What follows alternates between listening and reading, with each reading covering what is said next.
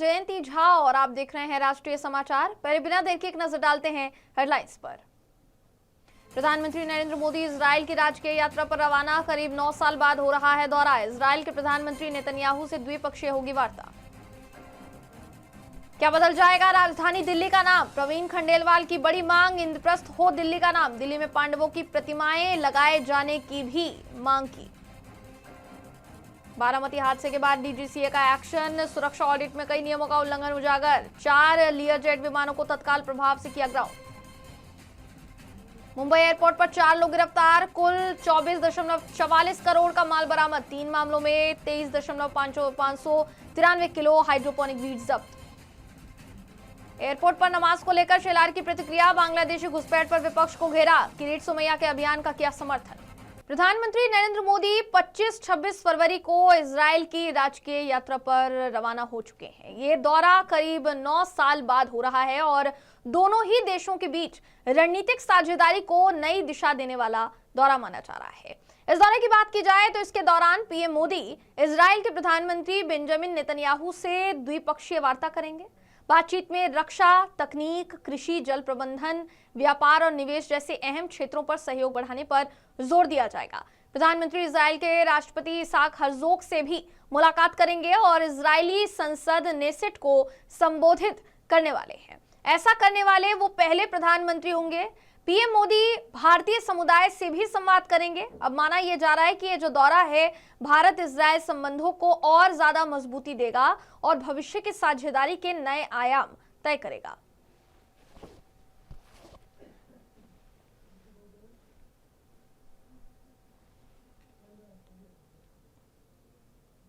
दिल्ली की राजनीति में एक नया प्रस्ताव अब चर्चा में है। चांदनी चौक से भाजपा के सांसद प्रवीण खंडेलवाल ने केंद्र सरकार से देश की राजधानी दिल्ली का नाम बदलकर इंद्रप्रस्थ करने पर विचार करने की मांग की है। उनका कहना है कि इससे राजधानी की प्राचीन और सभ्यतागत पहचान को फिर से स्थापित किया जाएगा। खंडेलवाल ने केंद्रीय गृह मंत्री अमित शाह को बाकायदा चिट्ठी लिखी है और ये जो पत्र लिखा गया है, इस प्रस्ताव पर औपचारिक प्रक्रिया शुरू करने का आग्रह किया गया है। साथ ही उन्होंने दिल्ली के मुख्यमंत्री रेखा गुप्ता से विधानसभा में इस नाम बदलने का प्रस्ताव लाने की भी अपील की है। उनका दावा है कि वर्तमान दिल्ली ही प्राचीन इंद्रप्रस्थ का स्थल है, जिसका उल्लेख महाभारत में मिलता है। उन्होंने पुराना किला में पांडवों की प्रतिमाएं स्थापित करने का भी सुझाव दिया है ताकि ऐतिहासिक विरासत को प्रतीकात्मक रूप से प्रदर्शित किया जा सके। खंडेलवाल का कहना है कि जैसे मुंबई, कोलकाता और प्रयागराज जैसे शहरों के नाम बदले गए, उसी तरह इंद्रप्रस्थ नाम राजधानी की मूल पहचान को दर्शाएगा। इस पर ज्यादा जानकारी के लिए हमारे साथ दिल्ली से जुड़ रहे हैं दीपक, उनसे ज्यादा जानकारी लेंगे। दीपक, कुछ ही समय बीता है केरल को केरलम में बदलने को लेकर और अब दिल्ली का नाम बदलने की भी चर्चा जो है वो तेज हो गई। किस तरीके से देखा जा सकता है इसे? देखिए, बिल्कुल, क्योंकि कल ही कैबिनेट की बैठक में एक प्रस्ताव को पारित किया गया और उस प्रस्ताव पर मंजूरी जो है कैबिनेट की मिली, जिसमें केरल की डिमांड जो थी वो पहले से ही वहाँ के लोगों की थी कि केरल का नाम बदलकर केरलम कर दिया जाना चाहिए, क्योंकि मलयालम का एक वर्ड था और मलयालम में केरल को केरलम ही कहा जाता है।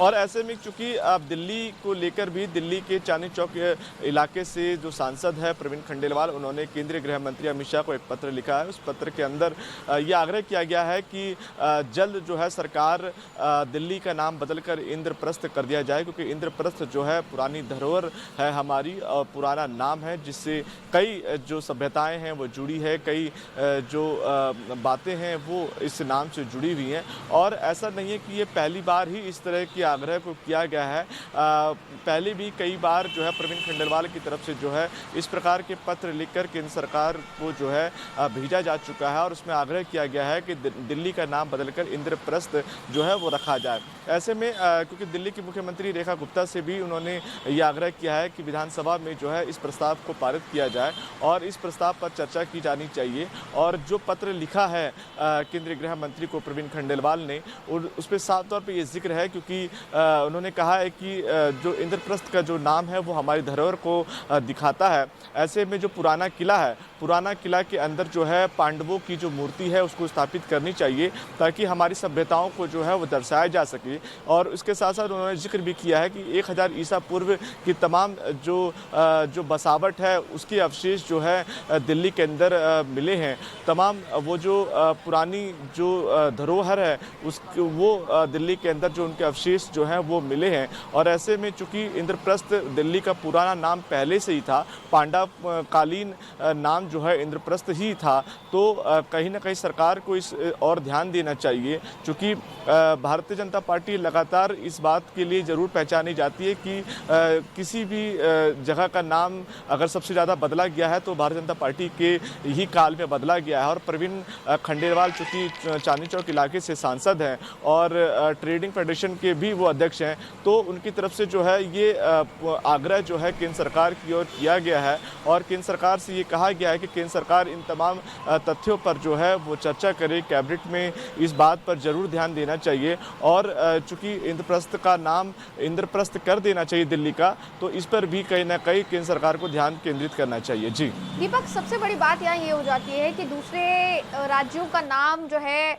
वो बदला भी जा रहा है, प्रस्ताव लाया गया और कुछ ही समय में वो उसको मंजूरी भी मिल गई, मगर दिल्ली जो है वो एक अलग पहचान रखता है। वो बात अलग है कि जो इतिहास याद दिलाया जा रहा है उसे भी दरकिनार नहीं किया जा सकता, नज़रअंदाज नहीं किया जा सकता, मगर ये भी भूला नहीं जा सकता कि दिल्ली जो है बहुत मायनों में अहम स्थान रखता है और राजधानी है देश की। कितना चेंज आएगा अगर इस प्रस्ताव को मंजूरी मिल जाती है, या अगर खंडेलवाल सांसद खंडेलवाल की जो मांग है उस पर विचार किया जाता है, तो कितना बदलाव जो है देखा जा सकता है। नाम अगर इस पर गौर किया जाए, ये सही देखा जाए इसको, या फिर आगे के लिहाज से इसको गलत तौर पर देखा जाए, कैसे देखा जा सकता है इसे दीपक? देखिए जयंती, पहले सवाल का मैं आपका जवाब दे दूं कि केरल का नाम जब कल कैबिनेट के अंदर बदला गया तो सिर्फ ये नहीं था कि ये हाल फिलहाल के प्रस्ताव पर कैबिनेट ने मुहर लगाई है, बल्कि केरल का नाम बदलने को लेकर बहुत पहले से ही विधानसभा में जो है इसको लेकर प्रस्ताव भी रखा गया था। वहाँ के तो जो विधानसभा में जो है लगातार इस बात की मांग थी कि केरल को जो है केरलम कर दिया जाना चाहिए। कई ऐसे तथ्यों का हवाला भी जो है केरल के नाम बदलने को लेकर दिया गया था, और ये पुराना प्रस्ताव था जिस पर केंद्र सरकार को ध्यान आकर्षित करना था और चर्चा करनी थी। दूसरी ओर जो दूसरा सवाल आपका है कि इससे बड़ा फर्क जो है वो ज़रूर नई दिल्ली की जनता के लिए पड़ेगा, क्योंकि हम देख रहे हैं कि दिल्ली जो है देश की राजधानी है, और ऐसे में नई दिल्ली जो है काफ़ी समय काफ़ी पुराने जो काल से है जो है इसका नाम नई दिल्ली ही है। और हम देखते हैं कि जब भी हम अपनी कोई भी बातें रखते हैं या फिर किसी डॉक्यूमेंट्स में हम अगर कोई चीज़ मेंशन करते हैं तो नई दिल्ली का नाम ज़रूर इसमें मेंशन होता है। ज़रूर अगर इंद्रप्रस्थ होता है तो बिल्कुल देश के नहीं बल्कि दिल्ली के लोगों पर काफ़ी ज़्यादा इसका प्रभाव पड़ेगा, काफ़ी ज़्यादा असर पड़ेगा। हालांकि भारतीय जनता पार्टी के सांसदों की ओर से जो है लगातार इस बात पर जोर दिया जा रहा है कि इंद्रप्रस्थ इसका नाम कर दिया जाना चाहिए, लेकिन एकाएक अगर इसका नाम बदलता है तो आप समझिए कि दिल्ली की जनता के जो डॉक्यूमेंट है, जो उनके आधार हैं, जो उनके जो रेजिडेंस प्रूफ हैं, उस पर सबसे ज़्यादा प्रभाव पड़ेगा। और अभी समझिए कि एकदम से जो है सभी जो डॉक्यूमेंट्स है उसको बदलने की जो भीड़ है वो लगातार हो जाएगी और लोगों को ज़रूर इससे जो तकलीफ आएगी। लेकिन अब इस पूरे मामले में जनता क्या सोचती है, क्या जनता चाहती है कि नई दिल्ली का नाम इंद्रप्रस्थ बदलना चाहिए, ये तो जनता के ऊपर डिपेंड है। जनता पे इस पर क्या प्रभाव पड़ेगा ये तो समय ही बताएगा और जनता ही तय करेगी। हालांकि दूसरी ओर भारतीय जनता पार्टी के जो सांसद है वो लगातार इस पर जोर दिए जा रहे हैं, क्योंकि हमने पहले भी देखा कि प्रवीण खंडेलवाल का ये पहला जो पत्र नहीं है, इससे पहले भी कई पत्र जो है भारतीय जनता पार्टी की तरफ से जो कई सांसद जो है उन्होंने इंद्रप्रस्थ नाम करने को लेकर जो है केंद्र सरकार को जरूर भेजे हैं। और चूंकि कल केरल का नाम केरलम कर दिया गया, और उस लिहाज से भी ये खबर काफ़ी बड़ी हो गई। तो अब सांसदों ने सोचा कि जब केरल को केरलम केंद्र सरकार कर सकती है तो हमारे प्रस्ताव को भी जो है केंद्र सरकार को ध्यान आकर्षित करना चाहिए। और यही कारण है कि प्रवीण खंडेलवाल ने सुबह सुबह ही एक पत्र जो है वो तैयार किया, केंद्रीय गृह मंत्री को, जो सहकारिता मंत्री भी हैं, उनको ये पत्र लिखा और इस पत्र के अंदर इंद्रप्रस्थ नाम रखने को लेकर तमाम बातों का जिक्र किया कि कैसे सांसद खंडेलवाल के अलावा क्या कोई ऐसा भी सांसद या कोई ऐसा नेता है बीजेपी का जिन्होंने गृह मंत्री अमित शाह से यही समान मांग की है कि दिल्ली का नाम जो है वो बदला जाना चाहिए? क्योंकि पुनर्विचार अगर किया जाए इस बात पर या मंथन किया जाए कि दिल्ली का नाम बदला जाएगा, उसको लेकर ज्यादा सांसदों की अगर उपस्थिति होगी तो जाहिर सी बात है कि वहां पर जो दबाव है वो ज्यादा पड़ेगा। क्या और भी सांसद या नेताओं का नाम सामने आ रहा है प्रवीण खंडेलवाल के अलावा, दीपक? देखिए, अभी तो प्रवीण खंडेलवाल ने ही इस तरह के पत्र को लिखा है, लेकिन इससे पूर्व काल में अगर हम जाएंगे तो बहुत सारे भारतीय जनता पार्टी के 2 या 3 ऐसे सांसद हैं जिन्होंने इस तरह के पत्र को जरूर लिख के जो है केंद्र सरकार से आग्रह किया है।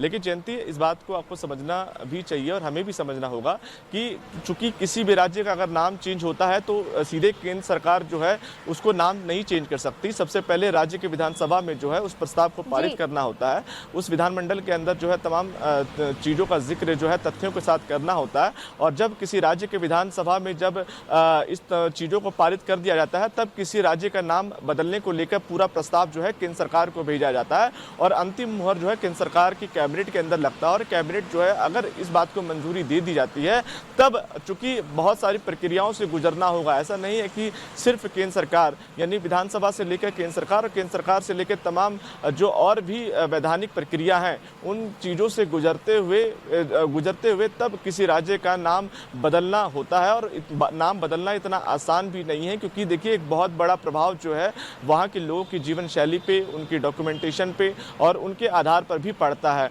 तो चूंकि अभी सिर्फ पत्र के द्वारा अपनी बातों को सांसद ने रखा है, अब ऐसे में विधानसभा में इस प्रस्ताव को पारित किया जाएगा। विधानसभा में इसको लेकर क्या बातें रहेंगी उसके बाद केंद्र सरकार को भेजा जाएगा और फिर वैधानिक प्रक्रियाओं के बाद कैबिनेट जब अंतिम मुहर लगाएगी उसके बाद देखना होगा कि आखिरकार दिल्ली का नाम इंद्रप्रस्थ रखना कितना सही होगा और ये फैसला खासकर बीजेपी के लिए कितना सही साबित होगा। जी बहुत बहुत धन्यवाद दीपक इस पूरी जानकारी के लिए। तो जैसा आपने देखा कि प्रवीण खंडेलवाल जो हैं वो अब लगातार ये मांग उठा रहे हैं कि दिल्ली का नाम जो है वो बदला जाना चाहिए। केरल का नाम केरलम करने के बाद अब ये नई मांग की कवायद जो है वो शुरू हो गई है। देखने वाली बात ये होगी कि सरकार की तरफ से इस पर कितना ध्यान केंद्रित किया जाता है और इसे कितनी गंभीरता से देखा जाता है, ये देखने वाली बात होगी।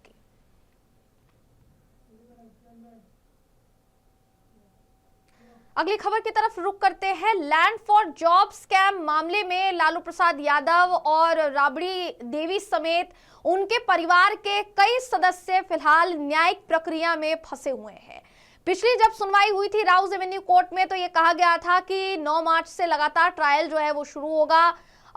16 तारीख को, पिछली 16 तारीख को इससे पहले पेश हुए थे लालू प्रसाद यादव, व्हील चेयर पर कोर्ट पहुंचे थे और उसके बाद अब आज सुनवाई चल रही है। एक तरफ जहां विधान सभा जो है बिहार विधानसभा, वहां पर नेताओं की बयानबाजी जो है वो शुरू है। राजद के तमाम विधायक सत्ता पक्ष को घेरते हुए नजर आ रहे हैं। दूसरी तरफ ये एक बड़ा मामला जो है ये न सिर्फ लालू परिवार बल्कि पूरे के पूरे राजद के लिए गले की फांस बना हुआ है। हमारे साथ ज्यादा जानकारी के लिए इस पर जुड़ रहे हैं बिहार ब्यूरो हेड राजीव जी, एसके राजीव जी, उनसे ज्यादा जानकारी लेंगे। राजीव जी, इस पूरे मामले पर आज फिर सुनवाई होने वाली है, क्या क्या जानकारी जो है वो मिल रही है? इसके बाद किस तरीके से इसको देखा जा सकता है? सबसे पहले तो क्योंकि इससे पहले भी सुनवाई में माफ कीजिएगा, लालू प्रसाद यादव जो हैं वो और राबड़ी देवी समेत कई जो भी इस पूरे मामले में अभी फिलहाल शामिल हैं वो पेश हुए थे। आज फिर पेशी है, किस तरीके से इसे देखा जा सकता है? राजीव जी। देखिए जयंती, दरअसल में लालू प्रसाद यादव जो है वो न सिर्फ IRCTC बल्कि चारे घोटाले मामले आपको ये पता है 1997 से लगातार लालू प्रसाद यादव पूरे मामले की सुनवाई में जेल जा रहे हैं, जेल से फिर बाहर आ रहे हैं और अभी भी वो बेल पर लालू प्रसाद यादव जो है वो खराब का हवाला दे करके वो बाहर है, लेकिन सीबीआई और ईडी जो है ये फिलहाल साथ छोड़ने वाली नहीं है। और यही वजह है जब भी लालू प्रसाद यादव जेल से बाहर आते हैं उसके बाद जो है वो सीबीआई और दोनों की तरफ से एक हलफनामा फिर दायर होकर इसमें कहा जाता है कि लालू प्रसाद यादव को जेल से बाहर नहीं होना चाहिए, क्योंकि इन पर जो आरोप लगे हैं वो आरोप पूरे तरीके से जो है उसका साक्ष्य जो है उसका प्रमाण जो है वो उनके पास है। देखिए मैं इस वक्त विधानसभा में मौजूद हूँ और आप मेरे ठीक पीछे विधानसभा देख रहे होंगे, बिहार विधानसभा। अभी यहाँ पर जम करके हंगामा हो। जी, यहाँ देखिए लालू प्रसाद यादव जो हैं वो इस समय वहां पर पेशी के लिए पहुंचे हैं, ऐसा बताया जा रहा है। राउज एवेन्यू कोर्ट में सुनवाई होने वाली है। लालू प्रसाद यादव राबड़ी देवी दिल्ली में इस वक्त पहुंचे हैं और आगे की सुनवाई जो है वो जारी रहेगी। इससे पहले ये भी कहा गया था कि फिजिकल पेशी जो है वो उस मामले में राहत मिलनी चाहिए और कोर्ट की तरफ से उस मामले में राहत भी मिली थी, लेकिन लगातार जो सुनवाई की बात कही गई वो भी कहीं ना कहीं मुश्किलें खड़ी कर रहा है, ना सिर्फ लालू परिवार की बल्कि पूरी राजद की। क्योंकि जैसा अभी थोड़ी देर पहले ही जिक्र किया गया कि लालू प्रसाद यादव जो है उनके इस पूरे मामले में फंसने की वजह से तेजस्वी यादव पर भी गाज गिरी हुई है। पूरी राजद जो है वो इन आरोपों से घिरी हुई है। लैंड फॉर जॉब स्कैम मामले का एक धब्बा जो है ना सिर्फ लालू परिवार के दामन पर बल्कि राजद के दामन पर भी लगा हुआ है। इसे इनकार नहीं किया जा सकता, इसे दरकिनार नहीं किया जा सकता। और अभी फिलहाल अगर देखा जाए तो इस पूरे मामले पर आज जो है सुनवाई है। अब सबसे जरूरी बात यहाँ पर यही हो जाती है कि मामले को लेकर कोर्ट की सुनवाई में आज क्या होता है, सबकी निगाहें इस बात पर टिकी हुई है। और आज राउज एवेन्यू कोर्ट में जो है सुनवाई होने वाली है इस पूरे मामले को लेकर। लालू और राबड़ी आज पेश होने के लिए दिल्ली पहुंच गए हैं, जैसी जानकारी जो है वो सामने आ रही है। बताया ये भी जा रहा है देखिए कि 16 फरवरी की सुनवाई में इससे पहले जब हुई थी तो व्हील चेयर पर अदालत पहुंचे थे लालू प्रसाद यादव और उसकी तस्वीरें कुछ सामने आई थी जो देखिए आपको हम दिखा रहे हैं। वहीं दूसरी तरफ उनके साथ सांसद मीसा भारती भी वहां पहुंची थी। अदालत परिसर में सुरक्षा के कड़े इंतजाम किए गए थे। अब ये कहा जा रहा है कि आज की जो कार्यवाही है उसमें आरोप तय करने की कानूनी प्रक्रिया पर बहस हुई है और उसी को लेकर आज पेशी जो है वो हुई है। ज्यादा जानकारी के लिए जुड़ रहे हैं राजीव जी। राजीव जी, आप बता रहे थे अभी कि ये जो पूरा मामला है, अगर इस मामले को ध्यान से देखा जाए, लैंड फॉर जॉब स्कैम मामला, इतने साल हो गए लेकिन बावजूद इसके इस मामले से निजात नहीं पा सके हैं लालू प्रसाद यादव या कह लीजिए राजद। किस तरीके से देखा जा सकता है इसे, राजीव जी? देखिए जयंती, दरअसल में 17 साल हो गए हैं इस पूरे मामले को, क्योंकि 2009 में ये मामला जो है वो उठा था जिसमें लालू प्रसाद यादव केंद्र सरकार में रेल मंत्री हुआ करते थे। और आप देखिए कि इस पूरे मामले को लेकर के लगातार न सिर्फ लालू यादव बल्कि उनके पूरे परिवार की मुश्किलें जो है वो बढ़ी हुई हैं। और आज भी जो है वो नौ एवेन्यू कोर्ट में विधिवत लालू प्रसाद यादव, राबड़ी देवी सहित जो उनके परिवार के लोग हैं उनको सौदे उनकी उपस्थिति है और 9 तारीख से विधिवत 9 मार्च से जो है इसकी वो सुनवाई होगी। तो लालू प्रसाद यादव की मुश्किलें फिलहाल नहीं थमने का नाम ले रही है, क्योंकि जो सीबीआई है उनका ये साफ कहना है सीबीआई का, तो उनके पास पर्याप्त डॉक्यूमेंट है, पर्याप्त साक्ष्य है इस पूरे मामले को लेकर के। और यही वजह है कि लैंड फॉर जॉब मामला हो या फिर IRCTC मामला, इस दोनों को आप एक साथ ही जोड़ करके देख सकते हैं। इस दोनों मामले में लालू प्रसाद यादव जो है वो कहीं ना कहीं से घिरते नजर आ रहे हैं। अब देखिए, अभी तो लालू प्रसाद यादव जेल से बाहर हैं जयंती, उनको बेल नहीं मिला है, बल्कि उनको यह कहा गया है कि चूंकि आपका स्वास्थ्य ठीक नहीं है इस वजह से आप जेल से बाहर रह सकते हैं, लेकिन आप राजनीतिक गतिविधियों में भाग नहीं लेंगे। और आप देखिए कि आज से कुछ दिन पहले जब बिहार विधानसभा चुनाव हुआ था उसमें विधिवत लालू प्रसाद यादव ने न सिर्फ राजनीतिक कार्यक्रमों में भाग लिया बल्कि अपनी बेटी के चुनाव प्रचार में वो जमकर जुटे हुए थे। और उसके बाद फिर सीबीआई ने एक दलील दी कोर्ट को और यह कहा कि भाई ये तो कंटेम्प्ट ऑफ कोर्ट है। कोर्ट के भी आदेश की अवहेलना करते हैं लालू प्रसाद यादव। वो जनता से मिलते हैं, वो अपने राबड़ी आवास पर जनता दरबार लगाते हैं, तो उसके बाद फिर कोर्ट जो है वो आप कह सकते हैं कि सो कॉल्ड मोटो जो है इस केस की फिर से सुनवाई करने लगा। और अब देखिए कि आज लालू प्रसाद यादव सौदे वहां पर उपस्थित हुए हैं। हालांकि कल ही यहाँ से वो निकले थे, लेकिन यहाँ पर मीडिया को कल यह कहा गया कि नहीं भाई, क्योंकि उनको रेगुलर अपना रूटीन चेकअप कराना है इसलिए वो दिल्ली जा रहे हैं। लेकिन वजह यह थी कि रेगुलर चेकअप तो हो सकता है कि वो कराएं, लेकिन उसके साथ साथ आज उनकी कोर्ट में सुनवाई भी होनी थी। और अब सबकी निगाहें आज कोर्ट पर टिकी हुई है कि कोर्ट इस पूरे मामले को लेकर के क्या कुछ कहता है। क्योंकि आज कोर्ट फैसला नहीं देगा ये भी तय माना जा रहा है, लेकिन 9 मार्च से लगातार लालू प्रसाद यादव को कोर्ट के समक्ष उपस्थित होना पड़ेगा। तेजस्वी यादव, राबड़ी देवी, मीसा भारती, इवन की तेज प्रताप यादव का भी नाम इसमें जो है वो इंक्लूड है। तो आने वाले दिनों में लालू प्रसाद यादव की मुश्किलें बढ़ेंगी, उनके पूरे परिवार की मुश्किलें बढ़ेंगी। और यही वजह है कि अब से थोड़ी देर पहले यही विधानसभा में जो है वो आरजेडी के जो विधायक थे उन लोगों ने जम करके हंगामा किया और यह भी कहा कि केंद्र सरकार और बिहार सरकार दोनों मिल करके जानबूझ करके लालू प्रसाद यादव को फंसा रही है, क्योंकि उनका मकसद साफ है कि लालू प्रसाद यादव और उनके परिवार को समाप्त करना। जी जयंती। राजीव जी, यहाँ पर आरोप तय करने की जो प्रक्रिया है वो जारी रहेगी, ये भी कहा जा रहा है। किस तरीके के जो आरोप है उनको, ये क्या गंभीर हो सकते हैं और ज्यादा? क्योंकि ये जो मामला है इसमें अभी तक जो आरोपों की बात सामने आ रही थी वो तो ऑलरेडी गंभीर है। क्या चार्जशीट दाखिल करने के बाद और ज्यादा गंभीर हो सकता है मामला? देखिए, ये पूरा मामला काफी गंभीर है जयंती। आप अगर इस पूरे केस का स्टडी करेंगी तो उसमें ग्रुप डी की जो बहाली हुई थी लालू प्रसाद यादव के टेन्योर में, उसमें तमाम ऐसे लोगों की बहाली की गई थी जिससे विधिवत मोटी रकम ली गई थी। पटना में कई ऐसे साक्ष्य हैं सीबीआई के पास। आप महुआ बाग चले जाइए, कहा जाता है कि वहां पर जो जमीन है वो लालू प्रसाद यादव ने उस एवज में लिखवाई थी। पटना के आप जगदेपथ के इलाके में चले जाइए, उसके वहां पर कहा जाता है कि लालू प्रसाद यादव ने जमीन लिखवाई थी। आप पटना में गोला रोड से जब आप आगे बढ़ेंगे बेली रोड पर, तो बाएं तरफ जो है एक बड़ा उनका मॉल बन रहा था, ये भी कहा जा रहा था कि उस में भी जमीन जो है वो लिखवाया गया था। तो गोपालगंज के कई लोगों को ग्रुप डी की नौकरी दी गई थी। और सबसे जो दिलचस्प है कि सीबीआई ने उन तमाम लोगों को जो है वो साक्ष्य बनाया है और वो लोग जो है वो सरकारी गवाह बनने को तैयार हैं। यानी कि कहीं ना कहीं से जो लालू प्रसाद यादव ने जिन लोगों को नौकरी दी थी, खासकर गोपालगंज के बहुत ज्यादा लोग थे ग्रुप डी में जिनकी बहाली की गई थी, वो तमाम लोग अब लालू प्रसाद यादव के खिलाफ हो रहे हैं। तो ऐसी स्थिति में तो लालू प्रसाद यादव के खिलाफ जो चार्जशीट आप अभी बता रहे हैं कि दायर किया जाएगा, तो चार्जशीट पहले भी दायर किया जा चुका है और उसमें विधिवत 3 लोगों का नाम है, ये लोग सरकारी गवाह बन चुके हैं। अब तो हियरिंग का मामला है और जैसा मैंने आपको बताया कि आज कोर्ट क्या फैसला आता है, कोर्ट में क्या सुनवाई होती है, उसके बाद ये पता चलेगा। लेकिन 9 तारीख से 9 मार्च से लगातार इस केस की सुनवाई होगी और कोर्ट भी यह चाह रही है कि लंबा मामला जो चला आ रहा है 17 साल से, उसको जल्द से जल्द जो है क्लोज किया जाए। और मुझे लगता है कि मार्च में इस केस को फाइनली क्लोज कर दिया जाएगा।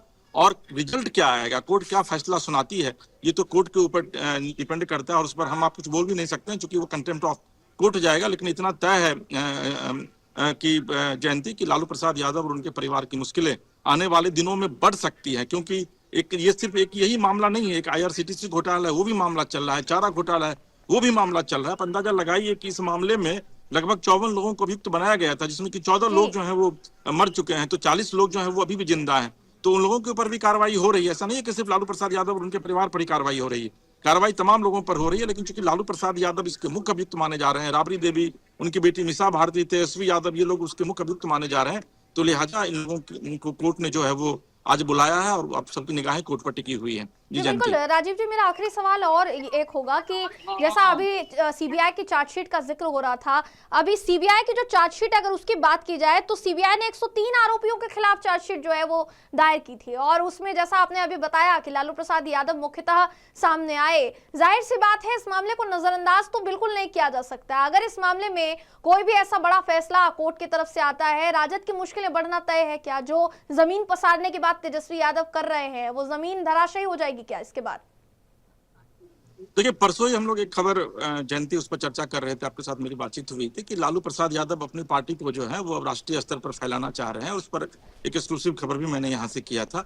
तो तेजस्वी यादव पटना आते हैं। अभी देखिए कि विधानसभा की कार्रवाई 27 दिनों की कार्रवाई है, 24 दिन हो गए, 2 दिन और चलेगा, कल और परसों।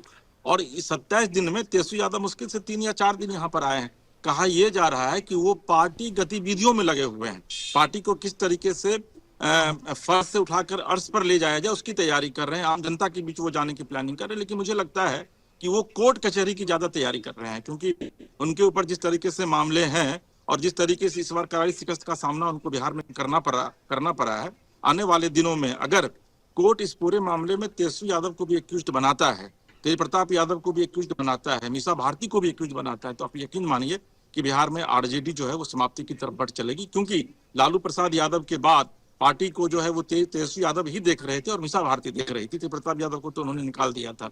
लेकिन चूंकि अब परिवार के तमाम लोग अगर जेल चले जाएंगे, हालांकि ये बड़ा हाइपोथेटिकल है, हम अब ये कह नहीं सकते हैं, लेकिन हम लोग एक ऐसा अनुमान लगा रहे हैं कि अगर कोर्ट फैसला इनके खिलाफ सुनाता है तो फिर उसके बाद तो आरजेडी बचेगी ही नहीं। फिर चूंकि गिने चुने विधायक है, 25 विधायक है मात्र उनके। अब देखिए कि राज्यसभा की जो 5 सीटें खाली हो रही हैं उसमें भी जो है वो आरजेडी इस बार किसी को नहीं भेज सकती, क्योंकि 41 सीट पर 41 विधायक पे एक राज्यसभा का सदस्य चुना जाता है और मात्र 25 उनके पास है। तो आरजेडी की क्या दुर्गति होने वाली है आने वाले दिनों में, ये तेजस्वी यादव को भी पता है, क्योंकि ये जो विधान परिषद आप देख रही हैं मेरे पीछे, विधान परिषद में भी उनके सदस्य बहुत कम है। इस बार भी उनके सदस्य बहुत कम चुन करके जाएंगे, क्योंकि मात्र उनके पास जो स्ट्रेंथ है विधायक का वो 25 है।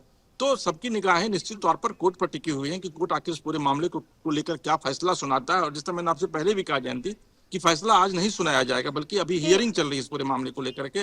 फैसला जब विधिवत 9 तारीख से रेगुलर सुनवाई होगी, उसके बाद ही फैसला सुनाया जाएगा और उसके बाद ये तय हो जाएगा कि वाकई में लालू प्रसाद यादव के साथ साथ उनकी पार्टी आरजेडी का भी भविष्य क्या होता है। बहुत बहुत धन्यवाद दीपक, माफ कीजिएगा राजीव जी, इस पूरे मामले पर ज्यादा जानकारी के लिए। जाहिर सी बात है ये जो पूरा मामला है ये बड़ा है और राउज एवेन्यू कोर्ट में आज सुनवाई की बात चल रही है। इस मामले में कोर्ट की तरफ से क्या फैसला आता है, सबकी निगाहें इस बात पर टिकी हुई है। जैसा अभी राजीव जी ने कहा कि मुश्किलें जो है वो ना सिर्फ लालू परिवार की बढ़ सकती है, बल्कि राजद की भी मुश्किलें बढ़ सकती है। पहले से ही राजद बिहार में संख्या बल में कम है और अगर इस मामले में कोई भी ऐसा फैसला आता है जो लालू परिवार के खिलाफ होता है तो उसका सीधा सीधा प्रभाव राजद पर पड़ता हुआ नजर आएगा। हालांकि फिलहाल सबकी निगाहें टिकी हुई है कि कोर्ट क्या फैसला सुनाता है और क्या नहीं। फिलहाल खबरों में बस इतना ही। खबरों का सिलसिला यूं ही जारी रहेगा। देश और दुनिया की तमाम खबरों के लिए देखते रहिए राष्ट्रीय समाचार।